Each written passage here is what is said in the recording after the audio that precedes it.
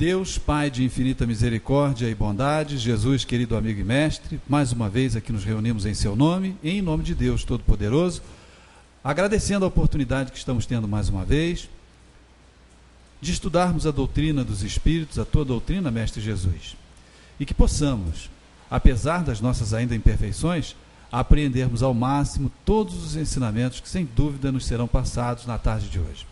Obrigado mais uma vez pela oportunidade, que assim seja, mestre, em seu nome e em nome de Deus Todo-Poderoso. Que assim seja. Sueli. Vamos lá.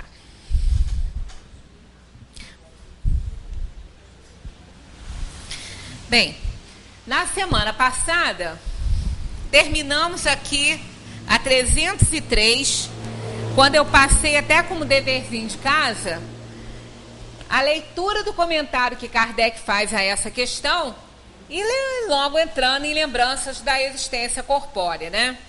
Então, terminamos a reunião, falamos sobre a questão das almas gêmeas, das metades eternas.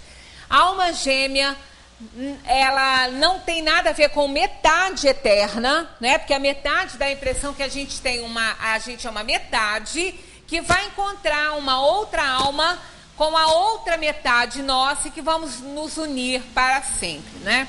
Então, Kardec encerra esse assunto aqui, né, dessa parte aqui sobre relações simpáticas e antipáticas e metades eternas, com esse comentário, que a teoria das metades eternas é uma imagem que representa a união de dois espíritos simpáticos. Tá vendo? Olha, ela representa. Não tem nada com o ser, no caso, né? É uma expressão usada até mesmo na linguagem vulgar e que não deve ser tomada ao pé da letra. Quando às vezes a gente vê pessoas muito parecidas, uma com a outra, assim, a gente fala, é alma gêmea de fulana, ela é igualzinho, né? Pois é, nesse sentido, com essa figuração, a gente pode usar aí alma gêmea e até mesmo metade, mas muito menos eterna, né? Que não tem nada a ver isso.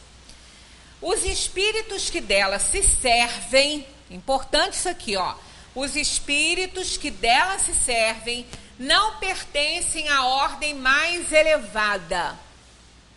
Por isso que quando a gente fala que às vezes a gente, não é que a gente esteja combatendo, dizendo que não presta, que são ruins, as psicografias que a gente tem aí nessa vasta literatura espírita, quando a gente fala que a gente tem que ter muito cuidado, porque não são espíritos da ordem mais elevada ainda, né? Uma pessoa desencarna, entra então para a erraticidade, que é aquele período entre uma encarnação e outra, quando ela se desvencilha aí das impressões do corpo físico, da última encarnação, quando já está bem, que já está entendendo tudo o que está acontecendo ali com ela, e que ela pode até escrever, né, que foi o caso, segundo conta, né, a literatura de Chico, quando o Nosso Lar, por exemplo, foi escrito.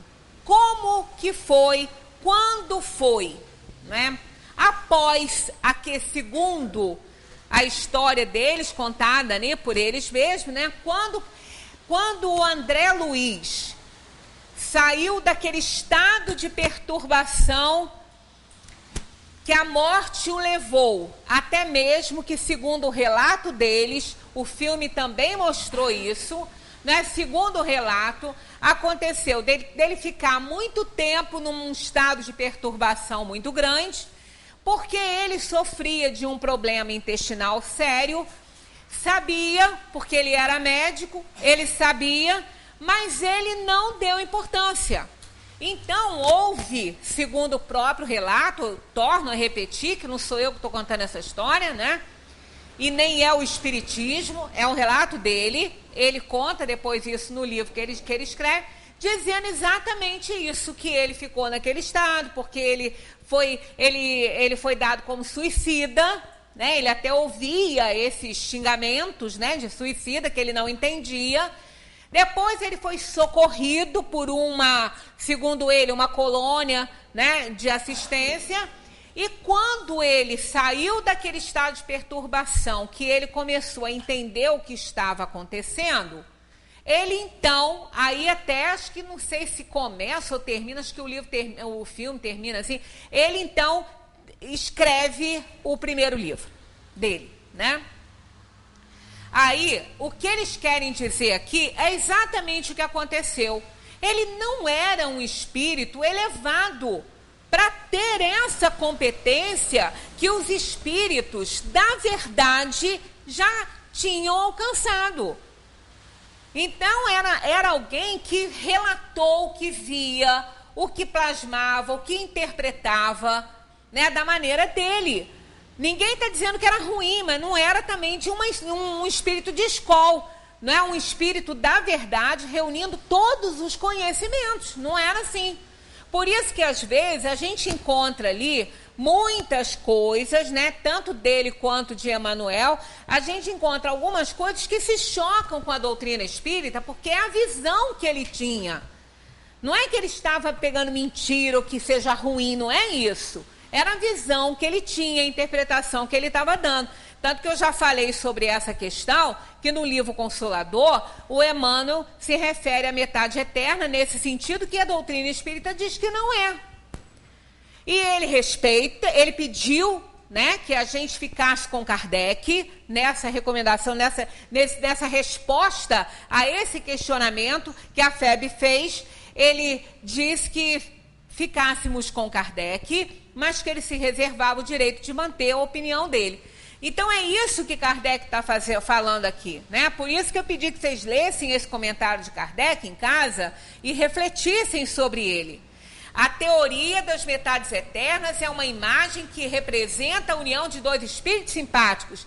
Quer dizer, um espírito desencarnado, logo assim que ele sai do estado de perturbação, ele vai ver muitas coisas que a gente não sabe exatamente como elas são, porque estão no plano, na dimensão dos espíritos, em outros mundos que nós não temos acesso, né? Então, a interpretação vai ser assim. E para que se faça um relato, tem que se comparar com algo que a gente já conheça, né? Então, ele foi dando a interpretação, foi criando a imagem que ele via, mas que não quer dizer que seja real. Então, aqui eles continuam dizendo, ó, os espíritos que delas se servem dessa imagem, né, dessa figuração, dessa alegoria de metade eterna,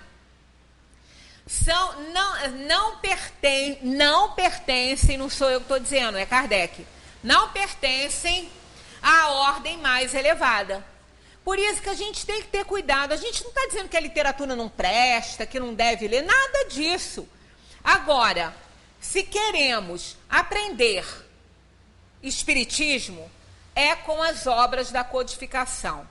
Fazendo ainda, bem lembrado, que depois eu ainda vou voltar a esse assunto e vamos falar sobre isso, nós temos 5 obras compondo o Pentateuco Espírita. A primeira, o Livro dos Espíritos, que é a base de onde todos os outros foram desenvolvidos. O Livro dos Espíritos tem 4 livros nele, né? Tem 4 partes. Ele trata dos 3 aspectos científico, filosófico e religioso da doutrina. Fala sobre isso, dando uma geral sobre essa questão, e depois, então, Kardec foi escrevendo, com o auxílio também dos espíritos, foi desenvolvendo a parte científica, a parte filosófica, a parte religiosa. Mas, compondo esse Pentateuco, nós temos a Gênese. A Gênese é o único livro da codificação que não foi totalmente escrito, sendo ditado pelos espíritos da verdade. Não foi assim. Tanto que quem lê a Gênese, quem estudar a Gênese, vai ver que ela é hipotética. Mas na introdução está escrito isso. Outro dia uma pessoa me cercou na rua e falou assim, olha só, vocês falam, ficam condenando outras literaturas. Eu falei, eu não estou condenando nada. Você não tem uma fala minha condenando nenhuma literatura. Ah, mas eu ouço as... Condenando, não. Não tem. Me mostra que eu quero ver. Que eu tenho o maior respeito por todos eles. Eu não estou condenando. Agora, dizer que estão no patamar dos espíritos que escreveram e ditaram a codificação, não tem. Não são. Aí é outra história. Ah, mas a Gênese mesmo tem coisas mentirosas lá. Eu falei, você estudou Gênesis? Você leu com atenção? Ué, claro. Eu falei, então não estaria falando assim se tivesse feito isso. Não estaria. Porque a própria introdução da Gênesis fala que ali tem trechos hipotéticos. Tem uns que foram ditados e outros não. Então, Kardec escreveu, também dando a sua interpretação e falando de acordo com o que se sabia da época, o que se conhecia na época. A própria contagem dos planetas não é a mesma dentro da Gênesis. Então, ela está lá escrito na introdução, podem pegar e ler, que tem ali, é muito hipotética, principalmente um assunto que eu já tratei aqui também no centro, o instinto e a inteligência. Esse assunto não foi concluído por Kardec. O desaparecimento do corpo de Jesus não foi concluído por Kardec, sendo que, além de não ter sido concluído, ele foi cortado. Ele está interrompido, esse assunto na Gênesis está interrompido. E isso não foi por Kardec, com certeza. Isso foi porque não interessou, né, na hora de fazer lá a tradução e a edição. Não sabemos por parte de quem, mas é notória a interrupção desse texto na Gênese. Então, a Gênese, a gente gosta, mas tem que ter um maior cuidado com ela, porque Kardec tem uma linha de raciocínio bem diferente da que ele teve, um método bem diferente da que ele teve na codificação, que foi o método da análise dos pares. Com a Gênese, ele não usou a análise dos pares. Na Gênese, ele usou a hipótese, despertando assim a razão e o raciocínio e a reflexão. Se fosse assim, seria dessa maneira, mas não é. Se for, ele usa muito isso na Gênese. Então tem que se ter muito cuidado com a Gênese. Não é que Kardec não entendia as coisas, ele lançou hipóteses, inclusive tem ali até a questão da geração espontânea, que não é fato, mas está narrado na Gênese, porque era na época uma hipótese isso aí, mas não era. Então a Gênese está bem clara lá que ela deveria ser, né, alguns conteúdos da Gênese científicos ali deveriam ser analisados, né, de acordo realmente com o progresso da ciência. Está escrito isso lá. Então, Kardec não está enganando ninguém, absolutamente. Mas é importante esse comentário quando eles dizem, né, os espíritos podem escrever o que eles quiserem. E a gente também lê o que quer. E acredita no que quer, e vê o que quer, entende o que quer. Então, para quê? Vamos aprender espiritismo com a codificação. Nem tanto com a Gênese, porque a Gênese já tem esse problema. A pessoa tem que ter muita atenção, separar o que é hipótese do que não é, separar a visão interpretativa científica da época com o que é hoje. Então, ela é uma outra história. Ela faz parte da codificação? Sim. Por quê? Porque ali também tem ditado dos espíritos. Ela faz parte da codificação. Mas um outro, mais problemático ainda, que não faz parte da codificação e que deve ser lido com muito mais cuidado, é Obras Póstumas, que nem faz parte da codificação. Então, algumas pessoas ficam lendo essas coisas e ficam falando, tá vendo lá, o Espiritismo está falando isso e isso. Não está, não. É falta de estudo, é falta de entender, de interpretar direito aquilo que está ali. Obras póstumas não foi escrito por Kardec. Foram encontrados um sem número lá de anotações de coisas que enviavam para Kardec, que mandavam para ele. Estava aquilo tudo na gaveta, em pastas, em caixas. Então, depois que ele morreu, pegaram aquilo tudo, puseram numa obra e editaram. Tem um monte de besteira lá, tem. Porque não foi escrito por ele. Seriam anotações que com certeza ele rejeitaria, com toda certeza, como algumas hipóteses da Gênese hoje ele rejeitaria. Com toda certeza. Porque Kardec foi extremamente fiel, né, ao seu trabalho. Então, essa coisa, a gente acha, mas fulano escreveu assim. Fulano escreveu assim, porque fulano entendeu assim.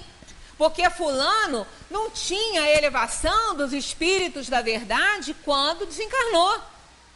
Não é? Então, não foi perfeito. Se está no mundo de provação e expiação, perfeito não é ainda. Não é? Então, pode ser um bom espírito? Pode. Mas espírito elevado de escola não é. Né? Porque passa por aqui para deixar alguns exemplos, mas não tem mais que provar e espiar num mundo de provação e expiação um espírito da verdade. Não tem mais o que fazer aqui nessa área. Ele só vem instruir, mas não vai ficar aqui encarnado, sofrendo aqui provações e expiações, porque ele já está acima disso aí. Então, esses sim, tem uma visão geral do conjunto, das leis de Deus, das leis do universo, e podem escrever.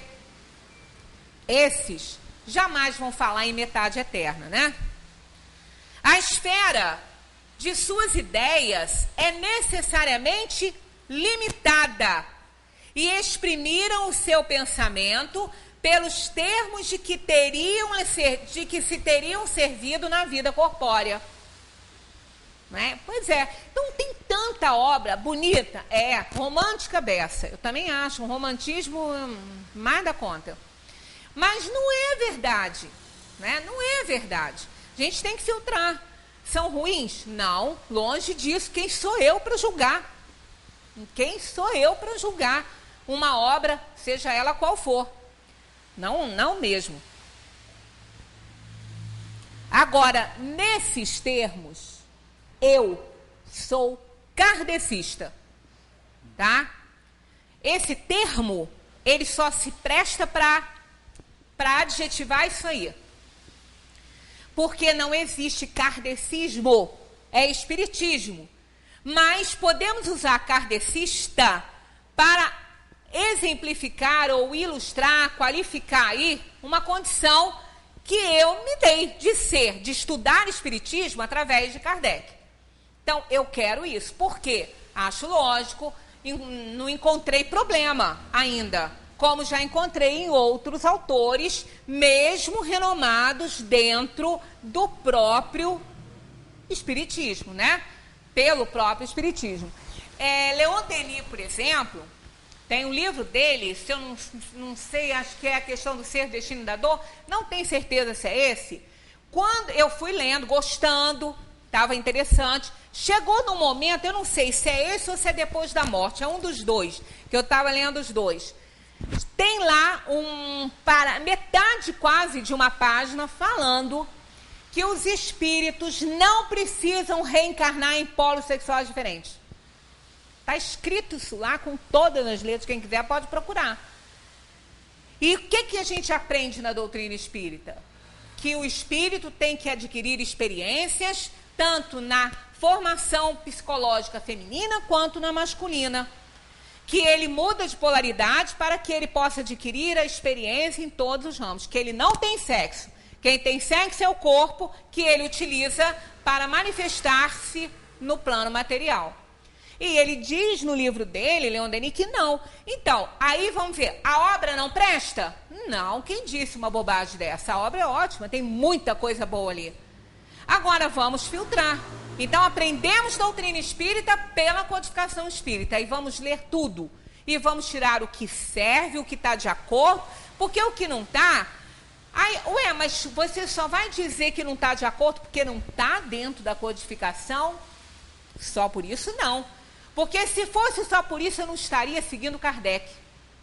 Porque quando Kardec falou que nós não temos que acreditar no que a gente lê, porque ele disse, porque Beltrano, Ciclano falou. Não.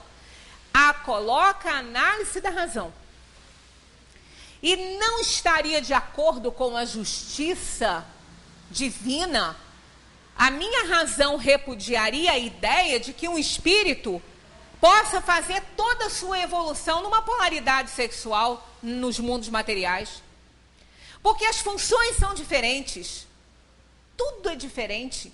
Até o cérebro, que é igual no homem e na mulher, trabalha diferente por força da alma. Até isso. Então, o espírito encarnado num corpo masculino, ele tem funções diferentes, totalmente, inclusive na psicologia, é totalmente nos sentimentos, na evolução dessa alma, é diferente. Ele desenvolve virtudes que a mulher desenvolve diferente. E ela desenvolve virtudes que ele não alcança na polaridade masculina. Então é necessária essa alternância. Claro que isso não é a cada encarnação, que isso dá trabalho para fazer. Não é assim. Não é? Quando um espírito não tem a mudança de arcabouço psicológico para outra polaridade, quando ele reencarna, ele enfrenta problemas. Não estamos falando aqui de homossexualidade, tá? Estamos falando de não acasalamento total com a psicologia e o corpo. Não caracteriza homossexualidade, a gente já falou sobre isso aqui. Então, aí, é um trabalho, é um problema, né, para a alma. Então, não é assim. Ele precisa ter necessidade kármica para mudar de polaridade, mas ele tem que mudar. Não quer dizer a cada experiência dele na matéria, mas ele tem que fazer toda a escalada. Não porque Kardec disse isso, porque isso é uma coisa lógica. Isso é algo que está de acordo com a justiça divina. Ele tem o espírito ter que ter experiências em polaridades sexuais diferentes. Aí vem a Leon Denis e diz que não precisa. Então, não é porque Kardec disse para mim que é porque eu entendo também que seja, até que me prove o contrário. Não é? Então é assim, a gente vai vendo, a gente vai lendo, vai aceitando. É por isso que a gente tem que pensar e refletir muito sobre aquilo que a gente está lendo e que a gente está estudando, né? É necessário rejeitar esta ideia de que dois espíritos criados um para o outro devem um dia fatalmente reunir-se na eternidade após terem permanecido separados durante um lapso de tempo mais ou menos longo, né? É preciso rejeitar, até porque também não estaria de acordo com a justiça divina. Eu não estaria de acordo, porque metade eu sou inteira. Não sou metade de ninguém. Não é? Eu tenho minhas preferências, eu tenho meu trabalho evolutivo, meu esforço pelo meu aperfeiçoamento, como qualquer pessoa tem. Não tem metade de ninguém. Então isso aí não é porque fulano disse ou o outro não disse. É porque isso fere a justiça divina. Não tem como. Deus não seria quem ele é. Se começasse a ter, né? Vai unir para sempre. Então, a questão do amor universal já estaria furada. Porque eu teria por esse ser que é minha metade um amor diferente. Não é isso, né? Por que a reencarnação amplia os laços de família? Por quê? Porque ensina a alma a amar incondicionalmente a reencarnação. Então, o amor incondicional não tem rótulo de marido, mulher, filho, primo, pai, mãe. Não tem esse rótulo. Amor incondicional não tem rótulo. E esse que é o amor ideal para as almas todas irmãs. Então, quando nós reencarnamos com os laços consanguíneos, nós estamos tendo a oportunidade de sublimar sentimentos, desfazer ódios, sentimentos de mágoa, de vingança, de contrariedade, tudo isso. E aprender a amar aquela pessoa. Que por não é por acaso, mas por tempo determinado, é meu filho, meu marido, meu pai, meu irmão. Aí, sim, sublimando esse sentimento, porque não só o laço consanguíneo, mas também a força, né, desse amor, desse carinho que está ali e da aproximação também, né, do sangue também fazendo todo esse trabalho, vai me ajudar nisso. Aí eu sublimo esse sentimento, torno esse amor verdadeiro, e para a eternidade ele será meu irmão, que eu amo, independentemente de ser pai, mãe, filho, marido, mulher, independentemente de ser alguém em especial que vai se unir a mim, né? Eu vou me unir a todos como filhos de Deus, criação de Deus, que criou todos simples e ignorantes, né, para que pudessem realizar seu próprio desenvolvimento.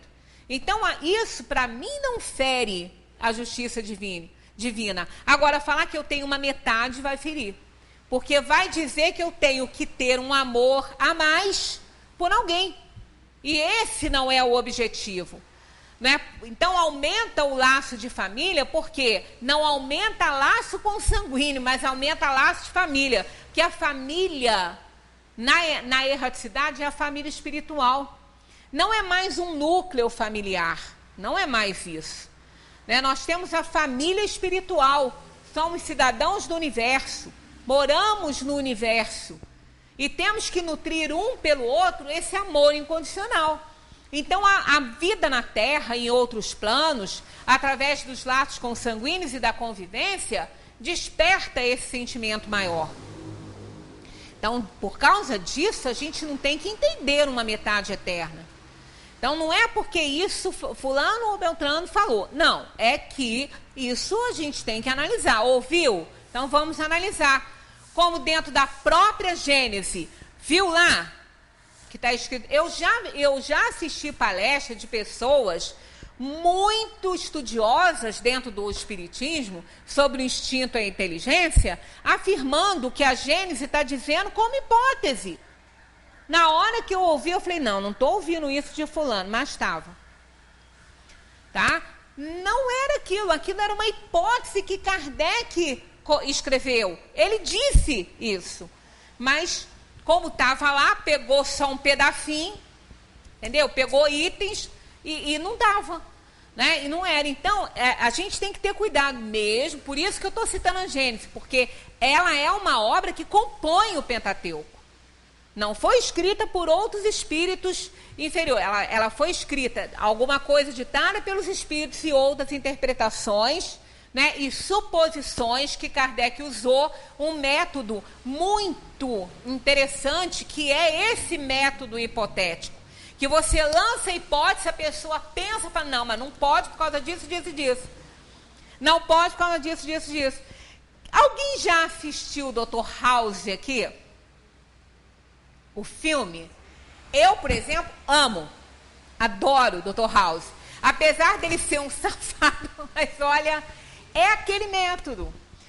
Quando ele tem aquele grupo de médicos que trabalham com ele, e ele, lança todos para a boca do lobo, porque ele não vai, né? Ele não vai. Quando ele vai, é para maltratar o doente. É uma coisa terrível, né? É para falar que o doente vai morrer, e está com pouco tempo de vida.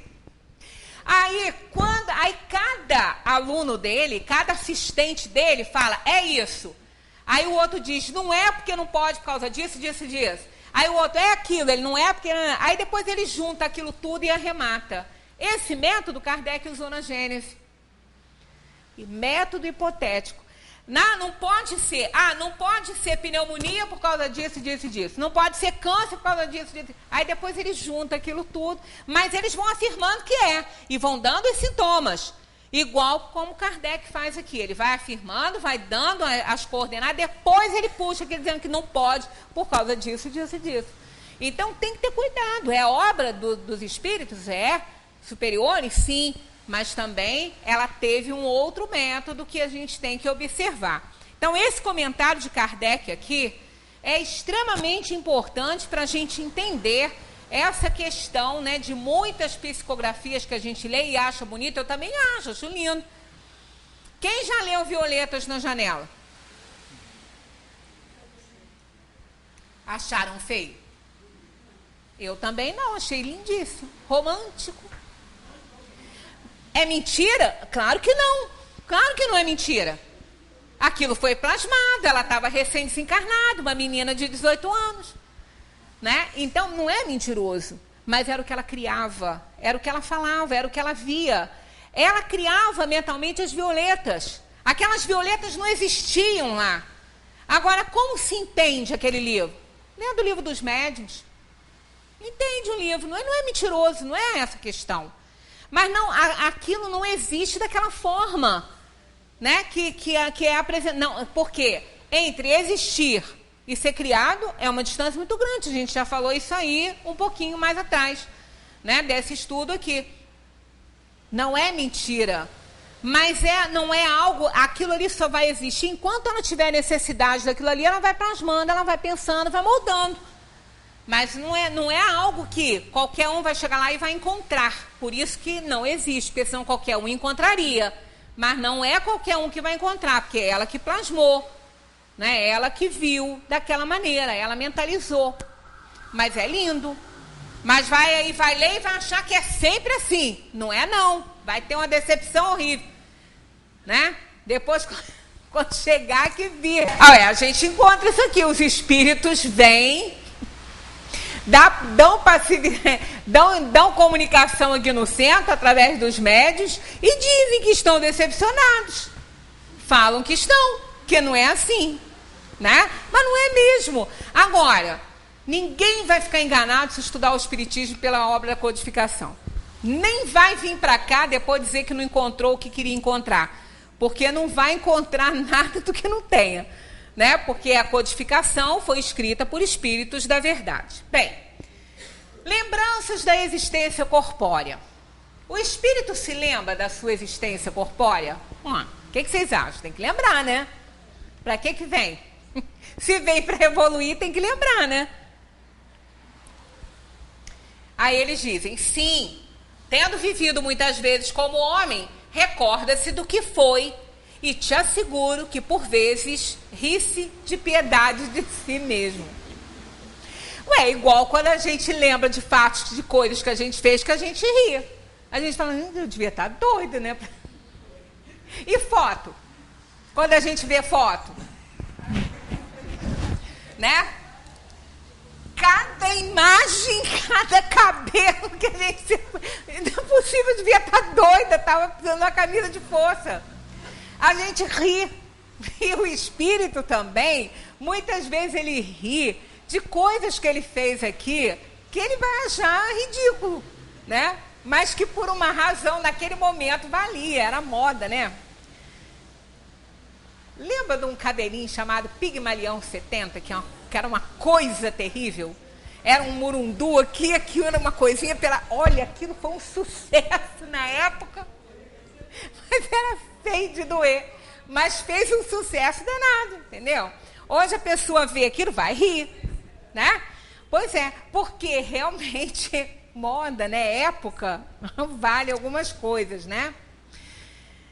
Bem, como o homem que, atingindo a idade da razão, ri das suas loucuras da juventude, ou das puerilidades da sua infância, o espírito também ri de coisas que ele fez aqui, né? Espírito é bem-humorado, gente, não é zangadinho, não, né?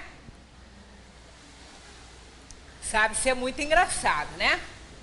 305, ó. A lembrança da existência corpórea se apresenta ao espírito de maneira completa e inopinada após a morte. Tudo que a gente já vem estudando esse tempo todo, né? Falando sobre a partida, né? Será que ele vai se lembrar detalhadamente de todos os acontecimentos, assim? Logo na hora da morte? Após a morte? Claro que não, né? Eles dizem assim, não, mas pouco a pouco, como alguma coisa que sai do nevoeiro E à medida que nela vai fixando a sua atenção. É igual quando a gente vai dormir com muito sono, mas já está muito tarde. Eu estou falando isso por mim, que eu não sei se isso acontece com gente normal, né? Mas aí eu vou com aquele sono, tem pouco tempo para dormir. Aí eu durmo pouco, mais profundamente. Aí alguém acorda, né? Porque senão eu vou para Marte. Mas aí quando eu acordo, eu não sei onde eu estou. Eu não sei quem é a pessoa que está me chamando. Se tiver que atender um telefone, então, eu não sei nem falar. Parece que eu estou doida, né? Aí eu custo tanto a atinar, sabe? Eu fico... E não precisa ser assim dormindo, pode ser até num cochilo. Quando eu acordo, assim, eu não sei qual é o ambiente. Se eu estou na parte de cima, se eu estou na parte de baixo, eu tenho que abrir o olho e me assentar para ver onde que eu estou. Pois é, e assim isso acontece com a gente aqui assim, né? Ou com uma doida igual a mim, porque nem todo mundo é doido assim. Mas o espírito também, ele demora. Ele está num estado de perturbação, ele não lembra de tudo. E muitas vezes é interessante que ele às vezes não lembra do nome das pessoas que conviveram com ele. Igualzinho também aquela pessoa que fica muito tempo dentro de um CTI. Ela passou por uma anestesia geral muito longa. Depois ela fica um pouquinho perturbada. Ela fica com uma memória ruim. Não sabe o que é dia, o que é noite. Porque ela fica assim desarmonizada. Né? O cérebro custa a fazer aí a sua atenção. E isso, então, depois que desencarna, isso aumenta, né? Porque aí é uma separação maior, né? Definitiva do corpo físico, então ele fica muito perturbado.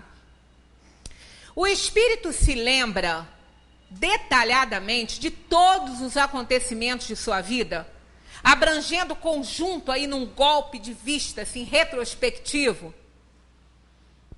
Eles dizem assim: lembra-se das coisas na razão das consequências que acarretam para a sua situação de espírito, mas compreende que há circunstâncias às quais ele não atribui nenhuma importância e que nem mesmo procura recordar. Vamos dar o exemplo também dos dias de hoje, da nossa atual encarnação. Quem lembra de todos os acontecimentos desde a hora que nasceu? Não lembra. Se fizer uma regressãozinha à vida passada, a essa vida passada, vai ter muita coisa no arquivo mental que o espírito pode falar, até mesmo próximo ao seu nascimento. Mas nem tudo, só aquilo que teve consequência, que chamou muita atenção. Uma criança, por exemplo, que nasce normalmente, ainda que por cesárea, mas que não teve nenhum problema, o nascimento foi tranquilo, né? Não há registros muito disso aí. Ela nem lembra disso, se for fazer uma regressão. Mas se houve um problema no parto, que tenha chamado, que tenha feito aquilo ali ficar muito... que a própria alma, que ainda perturbada, porque está ali que está completando a encarnação dela na hora do nascimento, mas aquilo ali pode fazer um registro na mente dela. Ainda que bem inconsciente, mas pode. Então, numa regressão, pode ser que ela se lembre de alguma coisa, algum procedimento mais complicado na hora do parto, né? Precisou de ser colocado em algum aparelho, pode ser que ela se lembre disso, que vai tocar, vai gravar. Mas se foi mais tranquilo, ela não vai lembrar. Assim como também nós não lembramos de muitas coisas que aconteceram na nossa infância. Mas existem pessoas que lembram de coisas que normalmente uma criança não lembraria. E alguns lembram. Por quê? Pode ter sido uma agressão, né? Pode ter sido uma maldade que foi feita e aquilo gravou. E a criança registrou, né? Então, numa regressão, ela pode lembrar ou até mesmo espontaneamente ela pode lembrar. Às vezes, uma criança que pode apresentar mais para frente aí um terror noturno, alguma coisa, ou ela se assustar muito quando ela vira alguma coisa, Pode ser que ela tenha sentido isso numa outra encarnação, ou até mesmo quando ela estava lá, nos primeiros dias lá de nascida, algo registrou e chamou atenção. Não só os fatos importantes que tiveram consequências ficam marcados, outros não. É a mesma coisa para o sonho, por exemplo. Às vezes as pessoas falam assim, eu sonho, mas eu não me lembro de tudo. Aí eu fico ali tentando, fazendo aquele esforço para tentar ver se eu consigo lembrar de tudo, mas eu não lembro de tudo. E os nossos sonhos parecem um livro que falta folha, né? De repente interrompe, aí vai, depois volta. É uma confusão. Por que isso, né? Porque muitas coisas o espírito não vai registrar porque não interessa para ele. Então não interessa, pode interessar para a gente em vigília, mas para o espírito emancipado não interessa. Como muitas vezes a gente pode lembrar no sonho, de um sonho, como eu já falei aqui na semana passada, sonhar com alguém que a gente não tem a menor intimidade e às vezes nem tem simpatia por aquela pessoa e sonha com ela como se fossem pessoas muito amigas, uma alma muito querida, mas não lembra de tudo que foi dito. Por quê? Porque não interessa para essa personalidade de hoje, aquela alma não interessa. A personalidade daquela alma encarnada também não interessa. Então as ligações são espirituais. Aí, emancipado pelo sono, essas almas se encontram, não é? São amigas, batem papos lá na espiritualidade, mentalmente, por favor, vocês vão falar que eles estão conversando, né? Mentalmente, eles estão aí se comunicando, com uma amizade, com amor, com simpatia, e depois isso não fica registrado, porque não interessa para aquela personalidade atual. Interessa para a individualidade, para o espírito emancipado, que foi em outras existências. Mas agora não interessa. Então, não ficam registrados aquilo que não interessa. Da mesma maneira, quando a gente faz uma viagem, vai correr o mundo aí, vai viajar, vai para lugares bonitos. Aí alguém vira e fala assim, mas fulano, você foi lá e não prestou atenção nesse item? Aí o fulano diz, não, porque eu não me interesso, né? Eu achei graça, meu filho, quando voltou dessa última que ele falou assim, é uma maravilha, alguns lugares, então, da Itália é uma maravilha, você anda o dia inteiro, fica com o pé inchado e doendo para ver ruína. Já outros amam, não é? Quer dizer, para ele não quer ver Mona Lisa, um negocinho desse tamanho lá no fundo, que você tem quase que botar um telescópio para ver. Realmente, para muitos interessa, para outros não. Então, ele vai registrar essas coisas? Não vai, mas ele vai registrar o que interessa para ele. E aquilo vai ficar no seu arquivo. Assim como o espírito após a morte, ele não vai lembrar de todos os detalhes da vida dele, nem de todas as pessoas que passaram pela vida dele, né? De todas as almas que conviveram. Ele vai lembrar das que marcaram, né? Das histórias interessantes. Né? Tem uma moça que namora muito, teve muito namorado, depois que ela casa, ela não vai lembrar de todos os namorados. Um ou outro ela vai lembrar, né? Daquele namorado que foi melhor, que ela gostou mais, que vai causar ciúme no marido atual. Mas ela não vai lembrar de todos, nem lembra, né? E às vezes o marido tem ciúme daquele que aí um ex-namorado vai morar na casa ao lado. Aí ele fica desesperado. Foi seu ex-namorado. Ela falou, nem lembrava mais, cara. Nem lembrava mais, namorei fulano. Porque não interessou, né? Para ele é um risco e para ela, não vai interessar. Então, a alma só registra o que realmente interessa muito, né? Poderia lembrá-los, se o quisesse? Ora, claro que sim, né? É só querer, está no arquivo. Só não está presente no consciente, porque não tem importância, mas está no arquivo. Pode lembrar-se dos detalhes e dos incidentes mais minuciosos, sejam de acontecimentos, sejam mesmo de seus pensamentos. Mas quando isso não tem utilidade, ele não faz. Não é? Para quê, né? Que a gente vai ficar fazendo, procurar lembrar de coisas que não tem a menor utilidade. É ocupar a cabeça, cansar, os neurônios à toa, embora a gente tenha muitos, né? Mas não precisa cansar, né? Entrever a finalidade da vida terrestre com relação à vida futura. O que a gente pode pensar nisso?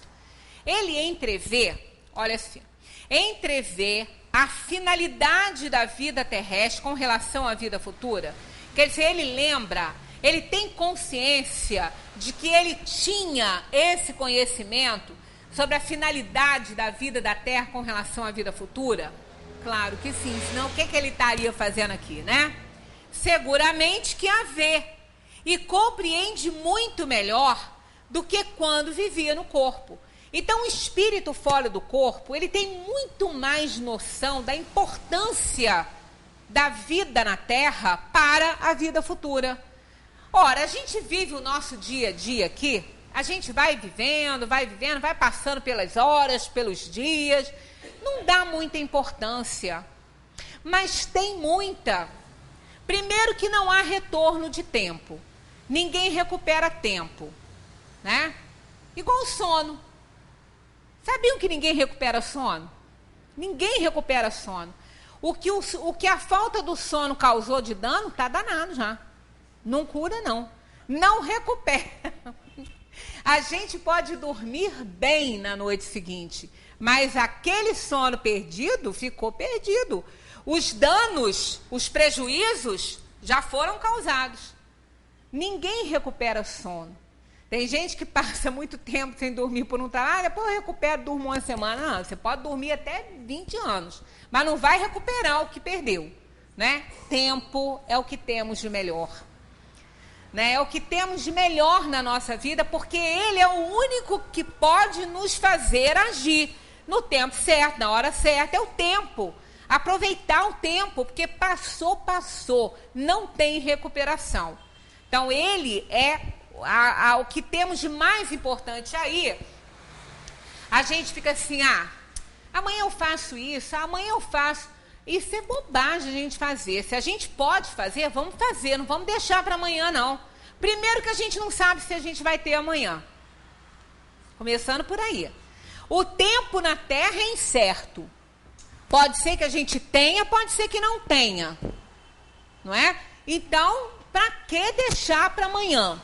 Vamos aproveitar o máximo que a gente puder do tempo que a gente tem, porque a gente não sabe quanto tempo tem.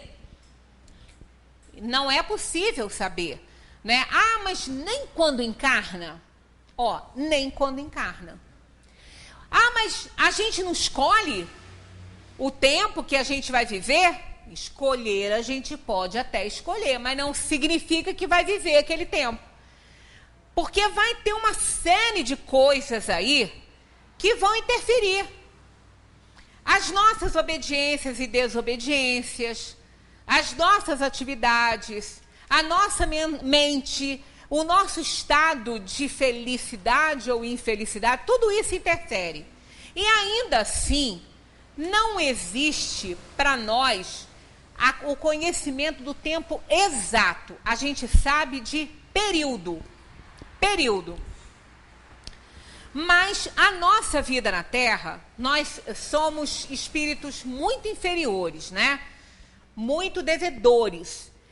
O nosso sucesso aqui na Terra, a nossa vitória aqui na Terra, ela também está relacionada, ou às vezes até mesmo atrelada, à de outra pessoa.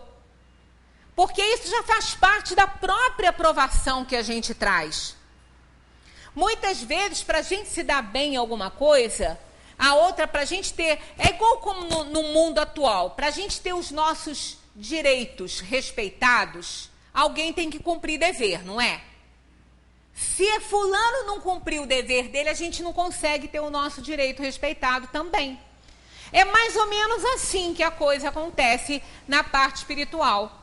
Para que eu possa desenvolver bem a minha vida aqui, veja bem, isso não quer dizer que eu vá ser infeliz, que eu não vá ter sucesso, não.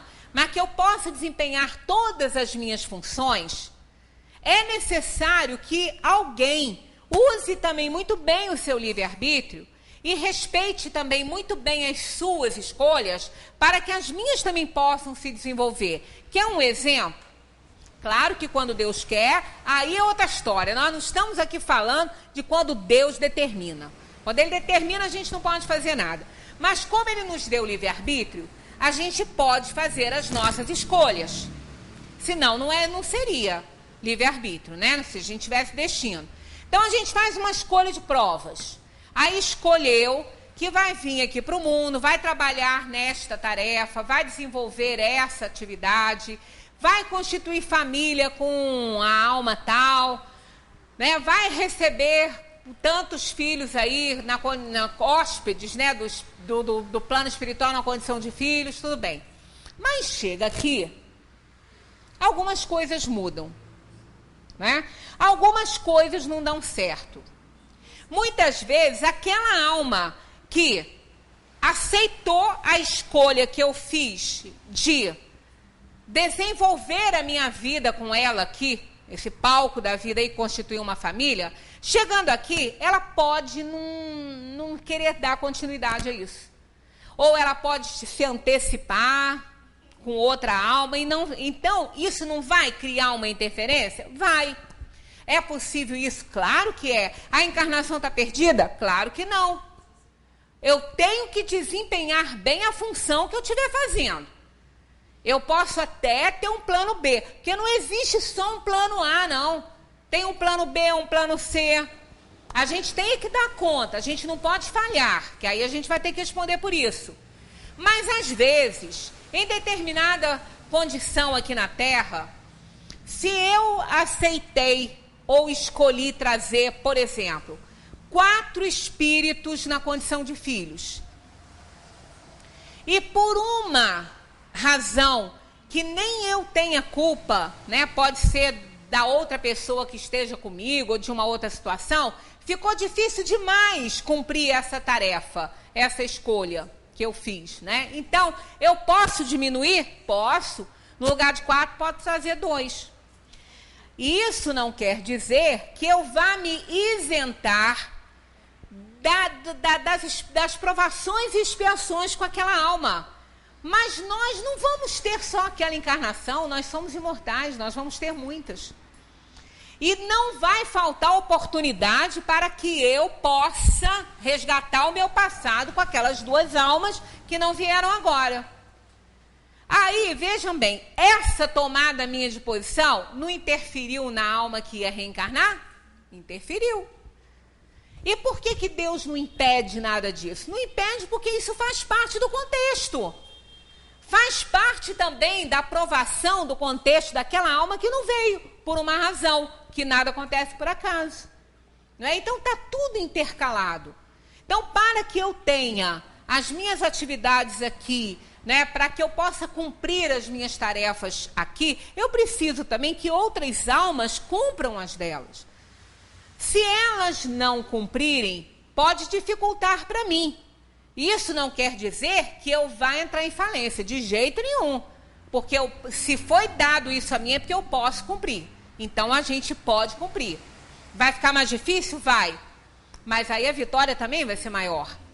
Então, existem essas interferências. Por isso que aquela hora exata, né? Aquela hora exata.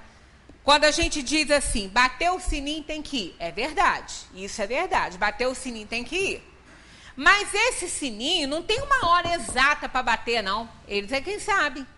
A gente não sabe. Então, mais ou menos período, a gente até sabe que a gente vai partir. Né? Mas não sabe a hora exata, a gente não sabe. Pode ser, a gente pode ter moratória. Sabiam que pode ter moratória? Sueli, o que você fala, assim, né, que o português de período?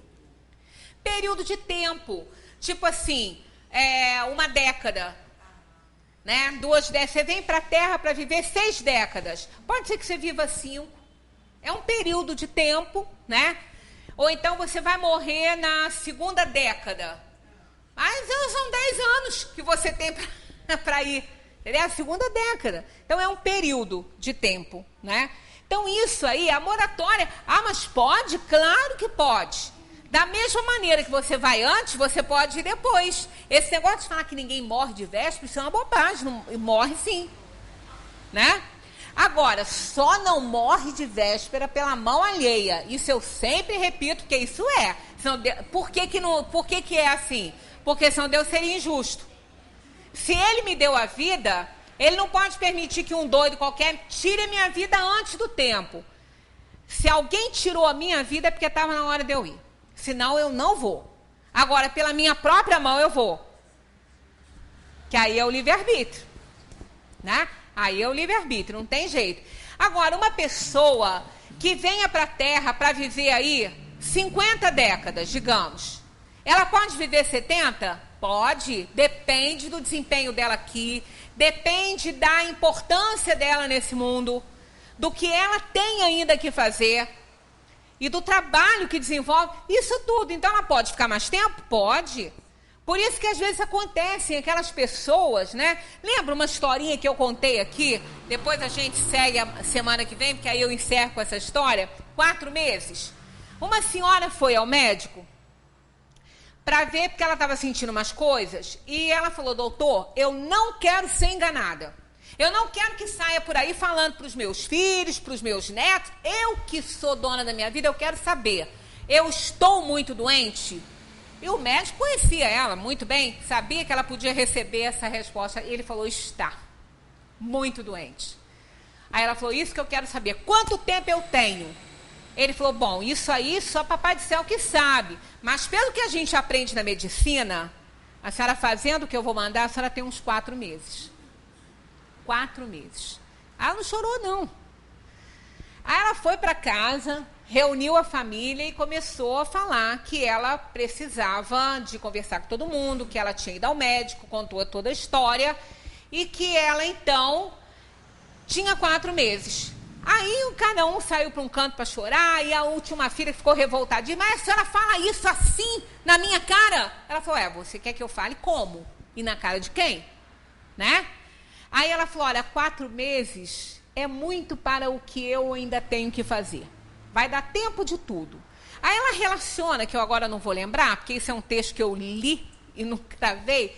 Ela relaciona que ela ia colocar cortinas novas na casa, de preferência cortinas que não tivessem transparência, para que ela não pudesse ver nada da vida dos outros que não interessava mais a ela. Uma opção de coisinhas assim.